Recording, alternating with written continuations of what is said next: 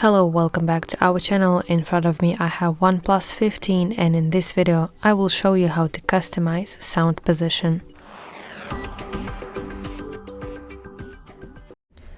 So sound position feature is a part of Holo audio. So let's go to settings and you want to find here section sound and vibration. And now let's scroll down until you see section sound effects, and here will be Holo audio. Let's open it. First of all, let's turn it on and make sure that you're in the custom mode. So here you can see a visual interface that represents the 3D space around your head. Here's a little picture. Additionally, you can see list of audio categories that you can adjust. So here will be that list.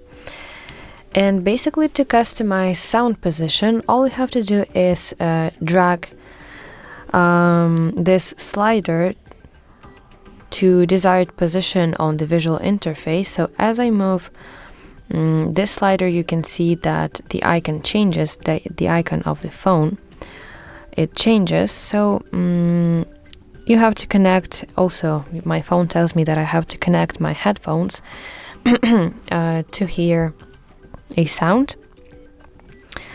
So please do that, and basically to have a very nice experience, I really recommend you to customize this sound position, this Holo audio.